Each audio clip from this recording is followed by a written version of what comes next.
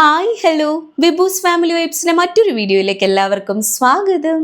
സ്വകാര്യ cosmetic ക്ലിനിക്കിലെ കൊഴുപ്പുമാറ്റൽ ശസ്ത്രക്രിയയോടനുബന്ധിച്ച് software engineer ആയ ഒരു യുവതിയുടെ 9 വിരലുകൾ മുറിച്ചു മാറ്റേണ്ടി വന്നത് നിങ്ങളെല്ലാവരും അറിഞ്ഞിട്ടുണ്ടാവുമല്ലോ അല്ലേ?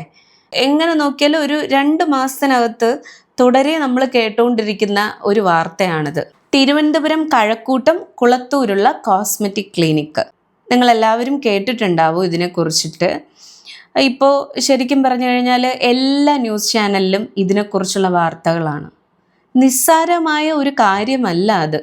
ശരീരത്തുള്ള ഒരു ഭാഗമായ കാലിലെയും കയ്യിലെയും വിരലുകൾ, അതും 9 വിരലുകൾ മുറിച്ച് കളയുക എന്ന് പറയുന്നത് അത്ര നിസ്സാരമായ ഒരു കാര്യമാണോ?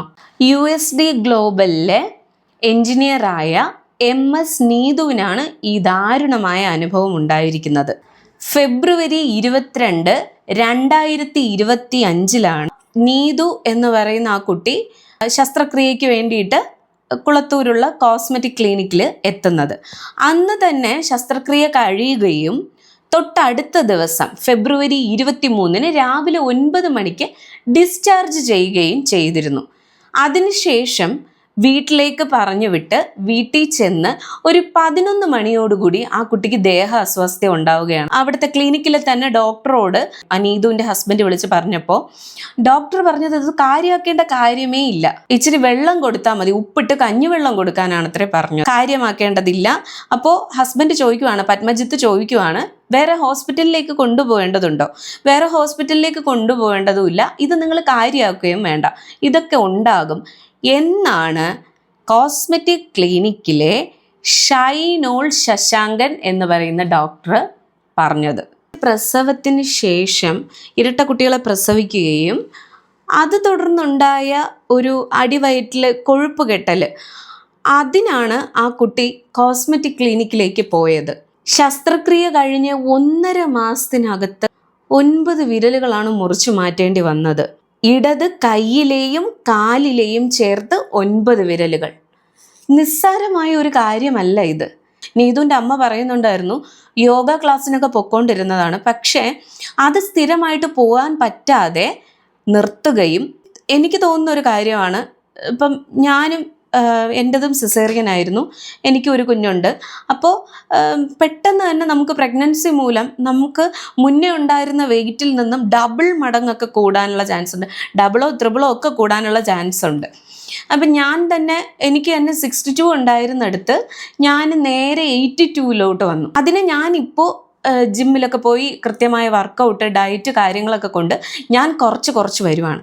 എന്തും നമ്മൾ എളുപ്പത്തിൽ നേടാം എന്ന് വിചാരിക്കുന്നത് കൊണ്ടുള്ള പ്രശ്നങ്ങളാണ്. സ്ഥിരമായിട്ട് ദൈനംദിന ജീവിതത്തിൽ നമുക്ക് വ്യായാമം വേണമെന്ന് എല്ലാ ഡോക്ടേഴ്സും പറയാറുണ്ട്. ആ ഒരു വ്യായാമത്തിൽ കൂടി അല്ലാതെ നമുക്ക് കയറുന്ന ഒരു വെയിറ്റ് ഗെയിൻ, ആ വെയിറ്റ് ഗെയിൻ കുറയ്ക്കാനായിട്ട് പറ്റില്ല. നല്ല രീതിയിലുള്ള ഡയറ്റ്, ജങ്ക് ഫുഡ്സ് ഒക്കെ ഒഴിവാക്കി നല്ല രീതിയിലുള്ള ഡയറ്റും ഒപ്പം തന്നെ വ്യായാമവും വേണം. ഇതിൽ മാത്രമേ കുറയുള്ളൂ. പെട്ടെന്ന് വണ്ണം വയ്ക്കാനും വണ്ണം കുറയ്ക്കാനും എളുപ്പവേ അല്ല. തട്ടിപ്പ് ഹോസ്പിറ്റലുകൾ ഒരുപാട് ഇറങ്ങിയിട്ടുണ്ട്. അത് ഇതിനു വേണ്ടിയിട്ട് മാത്രം നല്ല കൊഴുപ്പ് നീക്കൽ ശസ്ത്രക്രിയ ഇപ്പം ഇവിടെ ചെയ്തേക്കുന്നത് ഇത് മാത്രമൊന്നുമല്ല, ഫേസിലെ ഓരോ കാര്യങ്ങൾ ചെയ്യാൻ വേണ്ടിയിട്ട്, സൗന്ദര്യവർദ്ധനവ് പരമായിട്ട് മുടി ഫിറ്റ് ചെയ്ത് കൊടുക്കുന്നത്, അങ്ങനെ തുടങ്ങിയ ഒരുപാട് നമുക്ക് പ്രകൃതിദത്തമായിട്ട് കിട്ടുന്ന കാര്യങ്ങളല്ലാതെ നമ്മൾ ഒരുപാട് കാര്യങ്ങൾക്ക് പിന്നിൽ ഓടുന്നുണ്ട്. ഒരു ജീവിതമേ ഉള്ളൂ എന്നൊക്കെ ഓർത്തിട്ട് ചിലർ പറയുന്ന കേൾക്കാം, എന്തിനാ ഇങ്ങനെയൊക്കെ ചെയ്യുന്നതെന്ന് ചോദിക്കുമ്പോൾ ഒരു ജീവിതമല്ലേ ഉള്ളൂ, ഇത് നമ്മളങ്ങ് ആസ്വദിച്ച് പോകണം. ശരിയാണ്, ആസ്വദിക്കണം, പക്ഷേ ഇത്തരം തട്ടിപ്പുകളിൽ ചെന്ന് പെടാൻ പാടില്ല. ഓൾറെഡി ആ ഹോസ്പിറ്റലിൻ്റെ പേരിൽ ഇപ്പം ഇങ്ങനൊരു കേസ് വന്ന ശേഷമാണെന്ന് തോന്നുന്നു, എനിക്ക് അങ്ങനെയാണ് തോന്നുന്നത്. ഓൾറെഡി പേട്ടയിൽ വർക്ക് ചെയ്തിരുന്ന ഈ കോസ്മെറ്റിക് ക്ലിനിക്ക് അവിടുന്ന് ഒരുപാട് പ്രശ്നങ്ങൾ ഉണ്ടായി പൂട്ടിക്കുകയും തിരിച്ച് ഇവരിവിടെ വന്ന് കഴക്കൂട്ടത്ത് വന്ന ഒരു സ്ഥാപനം ഇടുകയായിരുന്നു എന്ന് പറയുന്നു. നമ്മളൊരു സോഷ്യൽ മീഡിയയിലായാലും എന്തിലായാലും ഒരു ആഡ് കാണുമ്പോൾ അത് വിശ്വസിക്കാൻ പറ്റുന്നതാണോ അല്ലയോ എന്ന് നമ്മൾ ഒരുപാട് തവണ ചിന്തിക്കേണ്ടിയിരിക്കുന്നു. ഇപ്പം ശരിക്കും പറഞ്ഞു കഴിഞ്ഞാൽ തട്ടിപ്പിൻ്റെയും വെട്ടിപ്പിൻ്റെയും കാലമാണ്. നമ്മളൊരു കോഴ്സ് പഠിക്കാനായിട്ട് ചെല്ലുമ്പോൾ തന്നെ നമ്മുടെ ഉള്ളിൽ ഒരുപാട് ടെൻഷൻ വരും. അല്ലെങ്കിൽ ജെനുവിൻ സ്ഥാപനമാണോ ഇത്, അല്ലെങ്കിൽ ഇവർ പറയുന്നതിന് എന്തെങ്കിലും ജെന്യൂനിറ്റി ഉണ്ടോ എന്നൊക്കെ നമുക്ക് അങ്ങനെ തോന്നാറുണ്ട്. അല്ലെങ്കിൽ നമ്മൾ ഉള്ളിൽ നമ്മളൊരു പല ആവർത്തി നമ്മൾക്ക് അത് തോന്നണം. കാലം അതാണ്, പഴയ കാലം ഒന്നും അല്ല ഇത്. എങ്ങനെ ഏത് വിധേയനെ ഒരാളെ പറ്റിച്ച് നേടാം, അങ്ങനെ ഒരു കാലത്തിലോട്ടാണ് അങ്ങനെ ഒരു കാലത്തിലാണ് നമ്മൾ ജീവിക്കുന്നത്. എൻജിനീയറായ ഒരു കുട്ടിയെ എത്ര വേഗം അവര് കബളിപ്പിച്ചെടുത്തത്. അതായത് ഈ കുട്ടി സോഷ്യൽ മീഡിയയിൽ ഈ ആഡ് കണ്ട് അവരോട് വിശദ വിവരങ്ങൾ ചോദിക്കാനായിട്ട് വിളിച്ചപ്പോൾ ഈ കോസ്മെറ്റിക് ക്ലിനിക്കിൽ നിന്ന് പറഞ്ഞത് 5 ലക്ഷം രൂപയാവും ഈ കൊഴുപ്പ് നീക്കൽ ശസ്ത്രക്രിയ ചെയ്യുന്നതിന്. അപ്പോൾ ആ കുട്ടിക്ക് 5 ലക്ഷം ഒന്നും കൊടുക്കാനുള്ള ഒരു സാമ്പത്തികം ഇല്ലാത്തത് കൊണ്ട് അതങ്ങ് വേണ്ടാന്ന് വെച്ചു. പുള്ളിക്കാരി അതങ്ങ് മറന്നു എന്ന് തന്നെ പറയണം. പക്ഷേ ക്ലിനിക്കുകാരുടെ കയ്യിൽ നീതുവിൻ്റെ നമ്പർ കിട്ടിയതിനാൽ ഇപ്പം നമ്മൾ എവിടെയെങ്കിലും ഒരു എൻക്വയറിക്ക് വിളിക്കുന്ന സമയത്ത് തന്നെ ഇവർ നമ്പർ നോട്ട് ചെയ്ത് വിളിക്കുക എന്നുള്ളത്, അത് ഏത് സ്ഥാപനമായാലും നമ്മളൊരു ഡൗട്ടിനായിരിക്കാം വിളിക്കുന്നത്. പിന്നെ അവസാനം അവരോട് വഴക്കിടേണ്ടതായിട്ട് വരും. ഇന്ന സ്ഥാപനത്തിൽ ഞാൻ ജോയിൻ ചെയ്യുന്നുണ്ടെങ്കിൽ നിങ്ങളിങ്ങനെ കൂടെ വിളിക്കേണ്ട കാര്യമില്ല. ഞാൻ ഒത്തിരി പേരോട് പറഞ്ഞിട്ടുണ്ട്, നിങ്ങളിങ്ങനെ കൂടെ വിളിക്കണം. എനിക്ക് കൂടുതലും ബാങ്കിൽ നിന്നാണ് കേട്ടോ. അപ്പോൾ ഈ ബാങ്കിൽ നിന്ന് ഇങ്ങനെ ലോൺ വേണമെന്ന് ചോദിച്ച് വിളിക്കുമ്പോഴേക്കും ഞാൻ ചോദിക്കാറുണ്ട്, നിങ്ങൾ എന്തിനാണ് ഇങ്ങനെ വിളിച്ച് അന്വേഷിക്കുന്നത്? ഞങ്ങൾക്ക് വേണമെങ്കിൽ ഞങ്ങൾ ചോദിക്കാറുണ്ടല്ലോ, അല്ലെങ്കിൽ ഞാൻ വന്ന് അത് ലോണ് വേണം എന്നുണ്ടെങ്കിൽ ഞാൻ പറഞ്ഞോളാം എന്നൊക്കെ പറഞ്ഞ് തർക്കിക്കേണ്ട ഒരു സിറ്റുവേഷൻ വരെ ഉണ്ടായിട്ടുണ്ട്. എത്രയോ പേരോട് തല്ലുപിടിക്കേണ്ട ഒരു അവസ്ഥ വന്നിട്ടുണ്ട്. ഇതാണ് ഇവരുടെ മെയിൻ കാര്യം എന്ന് വെച്ചാൽ, ഇങ്ങനെ തുടരെ വിളിച്ച് ശല്യം ചെയ്യുമ്പോൾ നമ്മൾ എന്തായാലും ശല്യം കരുതിയെങ്കിലും നമ്മൾ ഓക്കെ പറയും. അതാണ് ഒരു വശം, ബിസിനസ്സിൻ്റെ ഒരു വശമാണത്. പിന്നെ തുടരെ വിളിക്കാൻ തുടങ്ങി, നിരന്തരം ഇങ്ങനെ വിളിച്ചുകൊണ്ടിരുന്നിട്ട് ഇടയ്ക്കൊരു പ്രാവശ്യം ഈ 5 ലക്ഷത്തിന് വഴങ്ങില്ല എന്ന് വെച്ചിട്ടാണോ എന്ന് എനിക്കറിയില്ല, ഇപ്പോൾ ഒരു ഓഫറുണ്ട് 3 ലക്ഷത്തിൻ്റെ, ഇതിൽ ചെയ്താൽ നല്ലതാണ്, ബെറ്റർ ഓഫർ അല്ലേ എന്നൊക്കെ പറഞ്ഞപ്പോൾ ആ കുട്ടി വീട്ടുകാരോട് സംസാരിച്ചിട്ട് പറയാമെന്ന് പറഞ്ഞു. അങ്ങനെ വീട്ടിലൊക്കെ പറഞ്ഞ് നീതു കൺവിൻസ് ചെയ്യിപ്പിച്ചു. കാര്യം എന്ന് വെച്ചാൽ വർക്കൗട്ടിനായിട്ട് കുട്ടികളെ ഇട്ടിട്ട് വർക്കൗട്ടിനായിട്ട് പോകാനായിട്ട് പറ്റുന്നുണ്ടാവില്ല. അപ്പോൾ എളുപ്പത്തിൽ അതൊന്ന് കുറച്ചെടുക്കണം എന്ന് തോന്നിയതാണ് ആ കുട്ടിക്ക് പറ്റിയ ഏറ്റവും വലിയ പാളിച്ച. പെട്ടെന്ന് നമ്മുടെ ശരീരത്തിൻ്റെ ഒരു ഭാഗം ഏത് വിധേനെ അത് മുറിച്ചു മാറ്റേണ്ട ഒരു അവസ്ഥ വരുന്നു എന്ന് പറയുന്നത് അത് ആർക്കും താങ്ങാൻ പറ്റില്ല. പ്രത്യേകിച്ച് ആ കുട്ടി എൻജിനീയറാണ്, ഒരു ഭാര്യയാണ്, കുട്ടികളുടെ അമ്മയാണ്, മരുമകളാണ്, എല്ലാമാണ്. ഒരു എൻജിനീയർ ആയതുകൊണ്ടോ മരുമകളായതുകൊണ്ടോ ശരീരഭാഗം അങ്ങനെയല്ല ഉദ്ദേശിച്ചത്. ഇപ്പം ആ കുട്ടികളെ വളർത്തിയെടുക്കാനും ആ നീതു പഴയ ഒരു സ്ഥിതിയിലേക്ക് എത്തുന്നത് അതിൻ്റെ മാനസികമായിട്ടും ശാരീരികമായിട്ടും ആ കുട്ടിയുടെ മൈൻഡ് ഒന്ന് റിലാക്സായി വരണമെങ്കിൽ ഇനി എത്ര ടൈം പിടിക്കും? ഒരുപാട് വേദനിക്കുന്നുണ്ടാവില്ലേ? അനാവശ്യമായ ആഗ്രഹം കൊണ്ടാണോ ഇങ്ങനെ സംഭവിച്ചത്, എൻ്റെ വിരലുകൾ പോയത് എന്നൊക്കെ ഓർത്ത്. ആ മക്കൾ വരെ ആരൊക്കെയോ വരുമ്പോഴേക്കും പറയാറുണ്ടെന്ന് ആ അമ്മ പറയുന്നുണ്ടായിരുന്നു. നിങ്ങൾ എൻ്റെ വീട്ടിലേക്ക് വാ, എൻ്റെ അമ്മയുടെ കൈ ഇരിക്കുന്ന വല്ലാത്തൊരു രൂപത്തിലാണ്, അതൊന്ന് കാണിച്ചു തരാം എന്നൊക്കെ. ആ കുഞ്ഞു മനസ്സിൽ നിന്ന് അത്രയും ഒരു വാക്ക് വരണമെങ്കിൽ നീതുവിനെ കൊണ്ടത് താങ്ങാനായിട്ട് പറ്റില്ല. അത്രയും ആ കുട്ടി വേദനിക്കുന്നുണ്ടാവും. ശരിക്കും പറഞ്ഞാൽ ഈ ക്ലിനിക്കുകാർക്ക് ഇതിനെന്ത് മറുപടിയാണ് പറയാനുള്ളത്? ആ കുട്ടിയുടെ ദേഹാസ്വാസ്ഥ്യം ഉണ്ടായ കാര്യത്തെക്കുറിച്ച് പറഞ്ഞപ്പോൾ ഹോസ്പിറ്റലുകാർ പറഞ്ഞത് തൊട്ടടുത്ത ദിവസം ഹോസ്പിറ്റലിലേക്ക് കൊണ്ടുവന്ന് ട്രിപ്പ് ഇടുമ്പോൾ മാറാവുന്നതേ ഉള്ളൂ എന്നാണ്. എത്ര അലക്ഷ്യമായാണ് അവർ പറഞ്ഞത്. ആദ്യം പറഞ്ഞത് ശ്രദ്ധിക്കുകയേ വേണ്ട എന്നാണ്, ഉപ്പിട്ട് കഞ്ഞിവെള്ളം കൊടുക്കാനാണ് പറഞ്ഞത്. ഈ കഞ്ഞിവെള്ളം ആ അമ്മ കൊടുത്ത സമയത്ത് ഈ കുട്ടി വോമിറ്റ് ചെയ്യുവാണ്. അപ്പോൾ ഇങ്ങനെ വേറെ എവിടെയെങ്കിലും കൊണ്ടുപോകണമെന്ന് ചോദിച്ചപ്പോൾ ആ വീട്ടുകാരെ വിശ്വസിപ്പിക്കാൻ വേറെ ഒരിടത്തേക്കും കൊണ്ടുപോകേണ്ട കാര്യമില്ല എന്നാണ് പറഞ്ഞത്. അത് കഴിഞ്ഞ് തൊട്ടടുത്ത ദിവസം രാവിലെ തന്നെ ഡ്രിപ്പ് ഇടാനായിട്ട് കൊണ്ടുപോയി. സ്ഥിതി വീണ്ടും വഷളായപ്പോൾ തിരുവനന്തപുരത്തുള്ള അനന്തപുരി ഹോസ്പിറ്റലിലേക്ക് ആ കുട്ടിയെ അഡ്മിറ്റ് ചെയ്യേണ്ടി വന്നു. 22 ദിവസമാണ് അനന്തപുരി ഹോസ്പിറ്റലിലെ വെന്റിലേറ്ററിൽ ആ കുട്ടി കഴിഞ്ഞത്. ആ സമയത്ത് ജീവൻ നിലനിർത്താനായിട്ട് ഡോക്ടേഴ്സ് പറഞ്ഞ ഒരേ ഒരു മാർഗം എന്ന് പറയുന്നത് കാര്യം എന്ന് വെച്ചാൽ ഇൻഫെക്ഷൻ കയറി പോവാണ്. ഇൻഫെക്ഷൻ കയറി പോകുമ്പോഴേക്കും ഈ കൈ വരെ മുറിച്ച് മാറ്റേണ്ട ഒരു അവസ്ഥ വരും. അതിനേക്കാളും വിരലാണെങ്കിൽ പോലും വിരലിൽ നിന്നും ഒരല്പം കൂടി കയറ്റിയാണ് അവർ ആ വിരലുകൾ മാറ്റിയേക്കുന്നതെന്നാണ് ആ പത്മജിത്തിൻ്റെ അച്ഛൻ പറഞ്ഞത്. ശരിക്കും പറഞ്ഞാൽ കേട്ട് നിൽക്കാൻ പോലും നമ്മളെ കൊണ്ട് പറ്റില്ല. അതൊക്കെ അത് നേരിൽ കാണുന്ന വീട്ടുകാരുടെ അവസ്ഥ ഒന്ന് ആലോചിച്ച് നോക്കിയേ. നമ്മുടെ വീട്ടിൽ തന്നെയുള്ള ആർക്കുമാണ് ഈ അവസ്ഥ വന്നതെന്നുള്ള ഒരു തോന്നൽ വരുന്നില്ലേ ശരിക്കും പറഞ്ഞാൽ?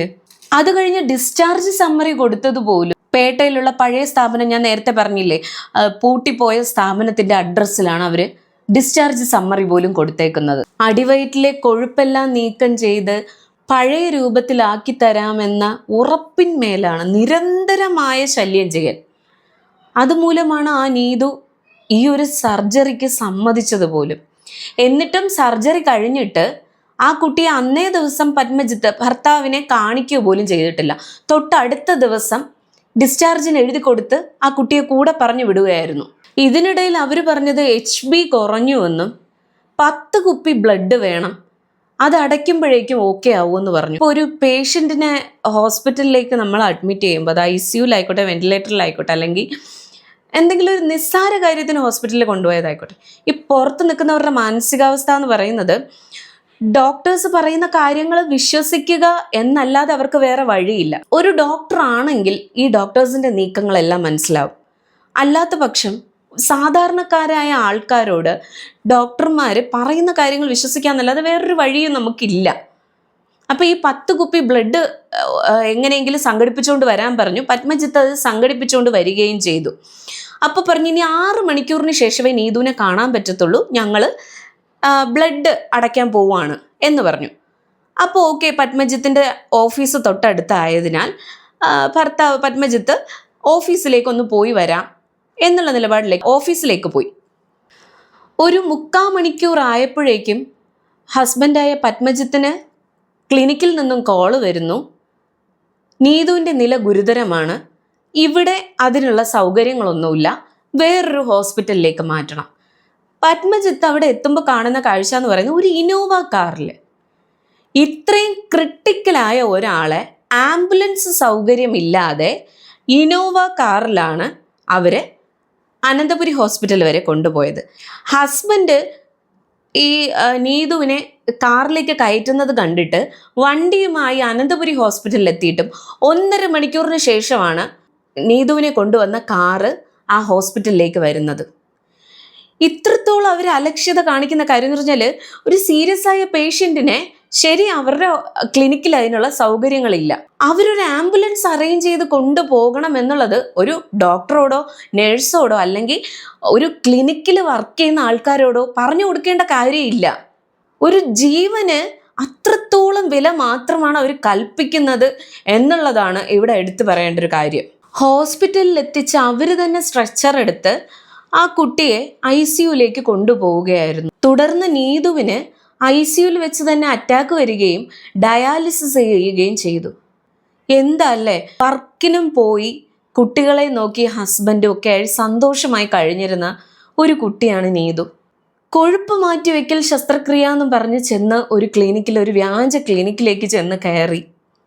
ആ കുട്ടിക്കുണ്ടായ ഒരു ദുരനുഭവം എന്ന് പറയുന്നത് അറ്റാക്ക് വരിക, ഡയാലിസിസ് ചെയ്യുക, ഇതൊക്കെ ഒരു ഹോസ്പിറ്റലിലേക്ക് ചെന്ന് കയറാൻ പോലും പേടി തോന്നുന്നില്ലേ, ഉൾഭയം തോന്നുന്നില്ലേ? ആരെയാ വിശ്വസിക്കേണ്ടത് ശരിക്കും? ഈ ഒരു കേസോടുകൂടി പോലീസ് അന്വേഷണത്തിൽ അറിയാൻ സാധിച്ചത്, ഇതുപോലെ കൊല്ലം കൊട്ടാരക്കരയിലുള്ള ശ്രുതി എന്ന് പറയുന്ന ഒരു കുട്ടി കൊഴുപ്പ് മാറ്റൽ ശസ്ത്രക്രിയയ്ക്ക് വേണ്ടിയിട്ട് അവിടെ ചെന്നു. ആ കുട്ടിക്ക് ഇതുപോലെ ദേഹാസ്വാസ്ഥ്യം കാര്യങ്ങളൊക്കെ വന്നപ്പോൾ ഇതുപോലെ തന്നെ അവർ പറഞ്ഞത്. അതിൻ്റെ ശരിക്കും പറഞ്ഞു കഴിഞ്ഞാൽ അതിൻ്റെ ഒരു കണ്ടിന്യൂഷനാണ് ഇപ്പോൾ വന്നേക്കുന്നതെന്ന് വേണമെങ്കിൽ പറയാം. ഇവർ എല്ലാവരോടും ഇത് തന്നെയാണ് പറയുന്നത്. ആ ശ്രുതിയോട് ഇങ്ങനെ പറഞ്ഞു, ഇങ്ങനെ കുഴപ്പമൊന്നുമില്ല, ദേഹാസ്വാസ്ഥ്യം വരും, അതൊന്നും കണക്കാക്കണ്ട എന്ന് പറഞ്ഞു. എന്നിട്ടും ആ വീട്ടുകാർ വേറൊരു ഹോസ്പിറ്റലിലേക്ക് കൊണ്ടുപോയപ്പോൾ അവിടെ വെച്ച് ഹൃദയാഘാതം വന്നാണ് ആ കുട്ടി മരിച്ചത്. ഒരു ജീവനൊക്കെ നഷ്ടപ്പെടുത്തുക എന്ന് പറയുന്ന അത്ര ഒരു നല്ല കാര്യമൊന്നുമല്ല. ഹോസ്പിറ്റലുകാർക്ക് ചിലപ്പോൾ പറയാനുണ്ടാവും, ഒരു 10 സർജറി നമ്മൾ ചെയ്യുമ്പോൾ അതിൽ 2 എണ്ണമൊക്കെ ഇങ്ങനെ പറ്റാം. ഇവരോടും അങ്ങനെ പറഞ്ഞു, 2 എണ്ണത്തിനൊക്കെ അങ്ങനെ. ഈ 2 ജീവൻ എന്ന് പറയുന്നത് ജീവൻ തന്നെയല്ലേ? ദൈവം ദാനമായി തന്ന ജീവിതത്തെ ഇവർക്കെടുക്കാൻ എന്ത് അധികാരമാണുള്ളത്? അപ്പോൾ ഇതിനെക്കുറിച്ച് ആ ക്ലിനിക്കിലെ ഓണർക്ക് എന്താണ് പറയാനുള്ളതെന്ന് അറിയാൻ വേണ്ടി നീതുവിൻ്റെ അമ്മായി അച്ഛൻ ഈ ഓണറുമായിട്ട് സംസാരിച്ചു. ക്ലിനിക്കിലെ ഓണറുമായി സംസാരിച്ചപ്പോൾ അയാൾ പറഞ്ഞത്, നിങ്ങൾ മറ്റുള്ളവരുടെ വാക്ക് കേട്ട് കേസുമായി മുന്നോട്ട് പോവുകയാണെങ്കിൽ ഡൽഹിയിലെ വക്കീലന്മാരുമായിട്ട് വരെ ഞങ്ങൾക്ക് നല്ല പിടിപാടുണ്ട്, അതുകൊണ്ട് നിങ്ങളുടെ കേസ് അങ്ങ് ഇല്ലായ്മയായി പോവും എന്നുള്ള രീതിയിൽ തന്നെയാണ് സംസാരിച്ചത്. ഇല്ല, നിങ്ങൾ കേസ് കൊടുക്കുന്നില്ല എങ്കിൽ നിങ്ങളത് എഴുതി തന്നാൽ അനന്തപുരി ഹോസ്പിറ്റലിലെ ബില്ല് അവർ പേ ചെയ്യാമെന്നാണ് പറഞ്ഞത്. അപ്പോൾ ഈ നീതുവിന് ഇങ്ങനെ വന്നതിനെ കുറിച്ചോ അല്ലെങ്കിൽ ഈ വിരലുകൾ മുറിച്ച് മാറ്റേണ്ടി വന്നു അതിനെക്കുറിച്ചോ ഒന്നുമല്ല അവർ ബോധേഡാവുന്നത്. ഒരു കേസ് കൊടുത്താലോ നമ്മുടെ സ്ഥാപനത്തിനെ കുറിച്ചോ അല്ലെങ്കിൽ നമ്മുടെ ഈ ഡോക്ടറുടെ മേലോ അല്ലെങ്കിൽ ഇവിടുത്തെ ഓണറുടെ മേലോ ഒക്കെ കേസ് കൊടുത്താലോ എന്നുള്ള ആ ഒരു ചിന്തയിലാണ് അവർ. ശരിക്കും ഈ വീട്ടുകാരുടെ മാനസികാവസ്ഥ ഒരല്പം പോലും മനസ്സിലാക്കുന്നില്ല. ശരിക്കും നീതുവിൻ്റെ അമ്മായിയച്ഛൻ പറയുമായിരുന്നു, സ്നേഹത്തിൽ കലർന്ന ഒരു ഭീഷണി സ്വരമായിരുന്നു അത് എന്നാണ് ആ ഓണറോട് സംസാരിച്ചപ്പോഴേക്കും അറിയാൻ സാധിച്ചതെന്നാണ് പറഞ്ഞത്. പിന്നെ ക്ലിനിക്കിനെ കുറിച്ച് ആ ഒരു മരണം മാത്രമല്ല, ലൈസൻസോ മറ്റ് മാനദണ്ഡങ്ങളോ ഒന്നുമില്ലാത്തൊരു സ്ഥാപനമായിരുന്നു അത്.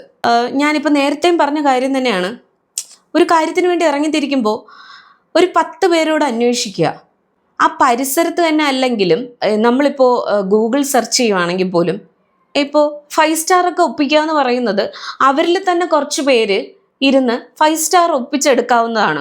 അതായത് അവർ തന്നെ കുറച്ച് ആൾക്കാരെ അറേഞ്ച് ചെയ്താൽ ഈ 5 സ്റ്റാറൊക്കെ കിട്ടുക എന്ന് പറയുന്നത് നമ്മളിപ്പോൾ ഏതൊരു കാര്യം നോക്കുമ്പോഴും 5 സ്റ്റാർ ഉണ്ടോ അല്ലെങ്കിൽ 4 ഉണ്ടോ എന്ന് നോക്കിയിട്ടായിരിക്കും നമ്മൾ ഓരോ കാര്യങ്ങളും ചെയ്യുക. അല്ല, നമുക്കൊരു വിശ്വാസം ഉണ്ടാക്കി എടുക്കുന്നതാണത് 5 സ്റ്റാറും 4 സ്റ്റാറും ഒക്കെ. ശരിക്കും മനസ്സിലാക്കേണ്ട ഒരു കാര്യം, ഒരു 5 സ്റ്റാറോ 4 സ്റ്റാറോ ഒന്നും പുറത്തുനിന്നുള്ള ഒരാൾ ഇട്ടതാവാൻ വഴിയില്ല. ഈ സ്ഥാപനങ്ങൾ നടത്തുന്നവർ തന്നെ പലരെയും കൊണ്ട് ഈ സ്റ്റാർ ഒപ്പിക്കലുണ്ട്. അങ്ങനത്തെ കുറച്ച് പരിപാടികളൊക്കെ ഉണ്ട്.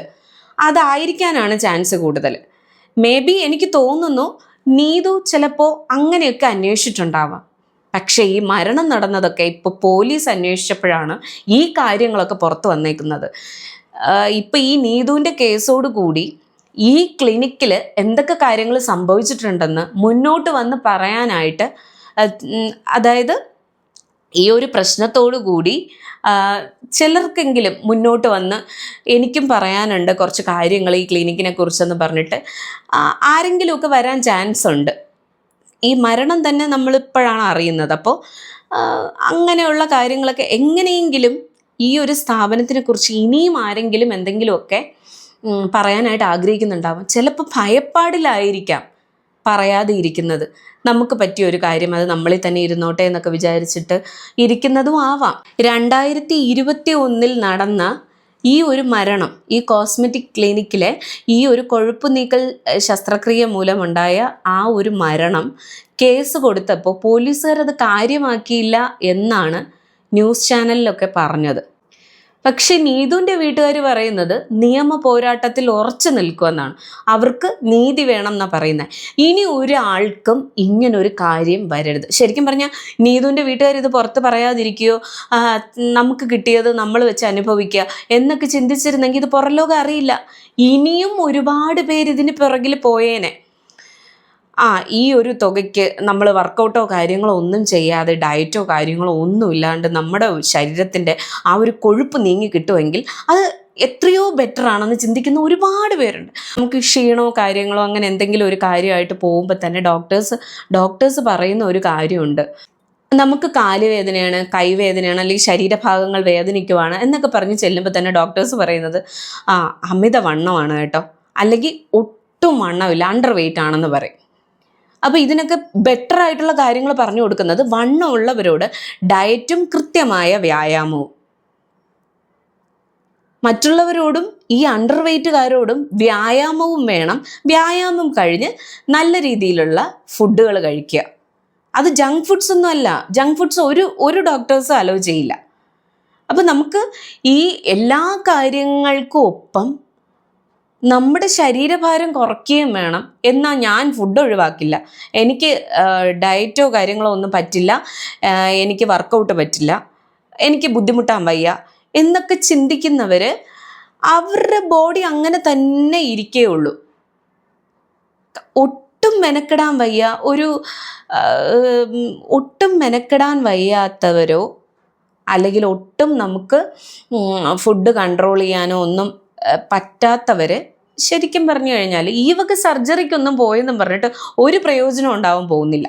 ആ കുട്ടിക്ക് പഠിപ്പും വിവരവും എല്ലാ കാര്യങ്ങളും ഉണ്ടായിട്ടും കൂടി അത് ചിന്തിച്ചത് എനിക്ക് യോഗ ക്ലാസ്സിന് പോകാൻ പറ്റുന്നില്ല, അല്ലെങ്കിൽ നല്ലൊരു വർക്കൗട്ട് ചെയ്യാൻ പറ്റുന്നില്ല, ഇങ്ങനൊരു കാര്യത്തിൽ കൂടിയാണെങ്കിൽ നല്ലതല്ലേ എന്നുള്ള ചിന്തയാണ്. ആ ചിന്ത പോലും തെറ്റല്ലേ?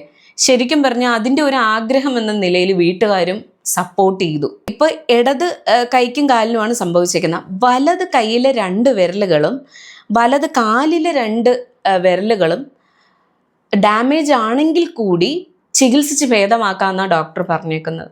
ഒരു സ്ഥാപനം തുടങ്ങുമ്പോൾ അത് എന്തിൻ്റെ പേരിലുള്ള സ്ഥാപനമായാലും അതിലേക്ക് അറിവുള്ള ആൾക്കാരെ മാത്രം ചൂസ് ചെയ്യുക. സ്റ്റാഫുകളായിട്ടായാലും അതിൻ്റെ ഓണറായാൽ പോലും ഇതിനെക്കുറിച്ച് 100% ഏത് സ്ഥാപനത്തെക്കുറിച്ചായാലും 100% അറിഞ്ഞിട്ടല്ലാതെ ഒരു സ്ഥാപനം തുടങ്ങാൻ പാടില്ല. എല്ലാവരും ഒരു സ്ഥാപനം തുടങ്ങുമ്പോൾ ആഗ്രഹിക്കുന്നത് നമ്മുടെ സ്ഥാപനം നല്ല രീതിയിൽ വളർന്നു വരിക എന്നുള്ളതാണ്. നിസ്സാരം മാറി നിന്ന ഒരാൾ ഒരു കംപ്ലൈൻറ്റ് പറഞ്ഞാൽ പോലും അത് നമ്മളെ കൊണ്ട് താങ്ങാൻ പറ്റില്ല. ആ സമയത്ത് ഈ ക്ലിനിക്കിൻ്റെ ഓണറായ ആൾക്ക് ആ സ്ഥാപനത്തിൽ ഒരു മരണം പോലും സംഭവിച്ചിട്ടും പിന്നും ഈ ഒരു സർജറി അവിടെ തുടർന്ന് വന്നുകൊണ്ടിരിക്കുവാണ്. എത്രയോ ആൾക്കാരായിരിക്കാം ഇതുപോലെ പറ്റിക്കപ്പെട്ടിട്ടുള്ളത്. അതുകൊണ്ട് ഞാൻ പറയുന്നതെന്ന് വെച്ചാൽ, ഒരു ആഡ് കാണുമ്പോൾ നമ്മുടെ ഈ TV-യിൽ കാണുന്ന എല്ലാ പരസ്യങ്ങളും വിശ്വസിച്ച് നമ്മൾ എല്ലാ പ്രോഡക്ട്സും വാങ്ങിക്കാറുണ്ടോ? അതുപോലെ നമ്മൾ വിശ്വസിക്കേണ്ടത് മാത്രം വിശ്വസിക്കുക. നമുക്ക് പ്രകൃതിയാൽ ദൈവം തന്ന കുറച്ച് കാര്യങ്ങളുണ്ട്, ആ ഒരു കാര്യങ്ങളിലൂടെ മാത്രം മുന്നോട്ട് പോകാനായിട്ട് ശ്രമിക്കുക. എല്ലാവർക്കും സൗന്ദര്യവർദ്ധനവ് കാര്യങ്ങൾ എന്നൊക്കെ പറഞ്ഞിട്ട് ഒരുപാട് കാര്യങ്ങൾക്ക് പിന്നിലൊക്കെ ഓടുന്നുണ്ട്. അവർക്ക് ചിലപ്പോൾ ഞാൻ ഈ പറയുന്നത് കേൾക്കുമ്പോൾ ചിലപ്പോൾ ഒരു അരോചകമായിട്ട് തോന്നാം. പക്ഷേ നാളൊരു സമയം ഇതുപോലെ തന്നെ ഒരു ഫേസിൻ്റെ എന്തോ ഒരു ഡാർക്ക്നെസ് സ്പോട്ട്സ് ഒക്കെ മാറുമെന്ന് പറഞ്ഞിട്ട് ഒരു കുട്ടി ഇതുപോലെ ഒരു ക്ലിനിക്കിൽ പോയായിരുന്നു. അതിൻ്റെ മുഖം കംപ്ലീറ്റും അലർജിയായി അതൊരു വല്ലാത്തൊരു രൂപമായി. അതിന് പുറത്തിറങ്ങാൻ പറ്റാതെ അത് ഒരു 3-4 മാസത്തോളം വീട്ടിനകത്ത് കഴിയേണ്ടി വന്നു. അല്ലെങ്കിൽ തന്നെ പൈസ കൊടുത്ത് കടിക്കുന്ന പട്ടിയെ വാങ്ങിക്കുന്നു എന്ന് പറഞ്ഞതുപോലെയാണ് നമ്മുടെ കയ്യിലിരിക്കുന്ന പൈസ പോവുകയും ചെയ്യുന്നുണ്ട്. എന്നാൽ നമ്മൾ ആവശ്യമില്ലാത്ത കുറച്ച് കാര്യങ്ങൾ നമ്മൾ വരുത്തി വെക്കുന്ന പോലെയാണ് തോന്നുന്നത്. അതുകൊണ്ട് എല്ലാവരോടും ഉള്ളൊരു റിക്വസ്റ്റാണിത്, ഇത്തരം ഒരു വ്യാജ പരസ്യങ്ങളിലും തട്ടിപ്പുകളിലും ചെന്ന് പെടാണ്ടിരിക്കുക. എവിടെന്നെങ്കിലും കുറച്ച് ഓഫേഴ്സ് ഉണ്ട് കാര്യങ്ങളുണ്ടെന്ന് പറയുമ്പോഴേക്കും അതിൽ ചെന്ന് പെട്ടുപോകാണ്ടിരിക്കുക. ഇപ്പോൾ ഒരു 500 രൂപയ്ക്ക് 3 ചുരിദാർ കിട്ടും, അല്ലെങ്കിൽ ഒരു 2 ചുരിദാർ കിട്ടുമെന്ന് കേൾക്കുമ്പോൾ ഓടി പോകുന്ന പോലെയാണോ നമ്മുടെ ശരീരത്തിലെ ഒരു ഭാഗം കൊണ്ടുവന്ന് ഈ ഓഫറിന് വെച്ചു കൊടുക്കുക എന്ന് പറയുന്നത്? അതുകൊണ്ട് പ്ലീസ് എല്ലാവരോടും പറയുകയാണ്, ഇത്തരം വ്യാജ തെട്ടിപ്പിലൊന്നും ചെന്ന് പെടാണ്ടിരിക്കുക. നമ്മൾ തന്നെ സൂക്ഷിക്കുക. ഇതുപോലെ ഈ വ്യാജ പരസ്യങ്ങൾ കണ്ട് താല്പര്യത്തിലിരിക്കുന്ന ആൾക്കാർ, അല്ലെങ്കിൽ സർജറീസ് ഒക്കെ ചെയ്യാൻ വേണ്ടിയിട്ടിരിക്കുന്നവർ, ഫേസിൻ്റെ ഇംപ്രൂവേഷന് വേണ്ടിയിട്ട് എന്തെങ്കിലുമൊക്കെ ചെയ്യാനിരിക്കുന്നവർ ഒക്കെ, അങ്ങനെയുള്ള കുറച്ച് പേരെ നിങ്ങൾക്ക് അറിയാമെങ്കിൽ നിങ്ങൾ ഈ വീഡിയോ അവർക്ക് തീർച്ചയായും അയച്ചു കൊടുക്കുക. നീതുവിന് പറ്റിയ ഒരു അനുഭവം ആർക്കും പറ്റാണ്ടിരിക്കട്ടെ, അതിനു വേണ്ടിയിട്ടാണ് ഞാൻ പറയുന്നത്. എല്ലാവർക്കും ഈ വീഡിയോ ഇഷ്ടപ്പെട്ടെങ്കിൽ ലൈക്കും കമൻറ്റും ഷെയറും ചെയ്യുക. Thank you.